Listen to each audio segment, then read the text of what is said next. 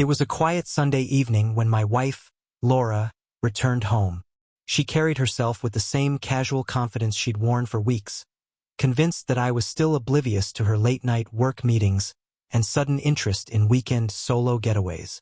But what she didn't know was that her facade had already crumbled.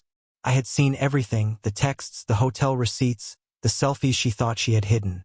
Still, I didn't confront her in a rage. I waited, planned, and decided her truth would hit her in the place she least expected. Our own home. That night, I redecorated the living room. Not with new furniture, but with a single photograph that would tell her exactly what I knew. It hung prominently on the wall, silent yet deafening.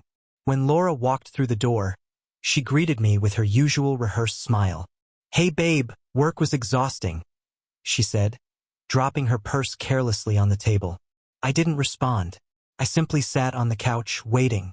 She noticed the stillness, glanced around, and then her eyes landed on it. The picture. A photograph of her and her affair partner, taken just 2 days ago, in the very hotel lounge she had sworn she'd never been to. Their faces were close, their hands intertwined, frozen in a candid moment of betrayal. Laura's confident stride halted mid-step. Her mouth opened, but no words came out. Her entire body tensed as the reality of my silent confrontation hit her. For a few agonizing seconds, Laura just stood there, staring at the photo as if it were a hallucination. She glanced at me, then back at the wall, as though hoping it would vanish if she blinked enough. But it didn't. The image remained. A damning piece of evidence framed in glass, reflecting the woman she had become. "Where did you get that?" she finally asked, her voice trembling. I said nothing. The silence was intentional. I had no interest in listening to her fabricated explanations or emotional gymnastics. The picture was the conversation. It spoke of secrets, of betrayal, of a trust she had shattered with every sneaky message and every lie disguised as a business trip. Laura's face shifted from shock to desperation. "It's not what you think," she stammered, approaching me like a child caught red-handed. I raised an eyebrow, amused by her sudden vulnerability. "That's you, isn't it? That's your hand in his. That's your smile. Not for me, but for him." My words were calm, measured, but they sliced through her defenses. She tried to spin a narrative about old friends, innocent drinks, and a moment that got misinterpreted. But the picture didn't allow room for such stories. Every excuse sounded hollow in the presence of that damning image. She knew it. I knew it. As Laura's defenses crumbled, she realized she was standing in the aftermath of her own choices. The walls of deceit she had built so carefully had been torn down with a single photograph. She sat down, defeated, unable to maintain her facade any longer. "Why didn't you say anything sooner?" she whispered, almost as if blaming me for not catching her earlier. I smiled faintly. "Because I wanted you to see yourself the way I've been seeing you." She was no longer the woman I had married. This image, this reality, was now hers to own.